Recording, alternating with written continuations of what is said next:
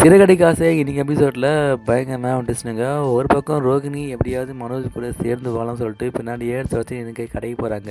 ஏன்டி உள்ள வந்தேன், வெளியே போடி, கோர்ட்டில் என்ன அசிங்கம் எடுத்துட்டு இங்கே எதுக்கு வந்தேன்?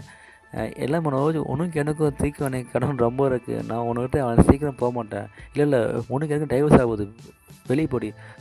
யார் சொல்கிற டைவர்ஸ் ஆக போகுது பார்த்தியா, கடைசியில் நீ தான் அந்த மணிக்கு காசு அப்படின்னு சொல்லிட்டு அந்த கேஸை உடச்சி வெளியே வந்தேன் பார்த்தியா, ஒன்று என்கிட்ட வந்து யாராலையும் பிரிக்க முடியாது மனோஜ் சொல்லிட்டு ரொம்ப கேவலமாக சிரிச்சுன்னு பாய் சொல்லிட்டு போகிறாங்க.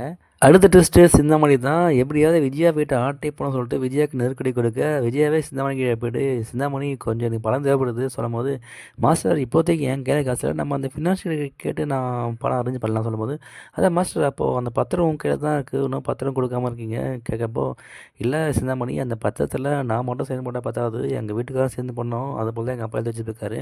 அதான் மாஸ்டர் நீங்கள் சொன்னீங்களே உங்கள் பையன் சைன் பண்ணி கொடுப்பான்னு, அதனால இந்த இந்த லூஸ் மனோஜ் என்ன பண்ணாரு, அவங்க அப்பா சைன் போலே நைட்டெல்லாம் உட்காந்து சைன் போட்டு எல்லா பேப்பரை கிழிச்சு போட்டு கடைசியில் பேங்க்கில் போய்ட்டு சைன் போட்டு அந்த பத்திரத்தை வாங்கிட்டு அந்த ஃபினான்ஸ் கிட்ட கொடுத்துருவாங்க. இனிமேல் தான் அந்த வீட்டில் ஒரு பெரிய பூங்கா வெடிக்க போகுது.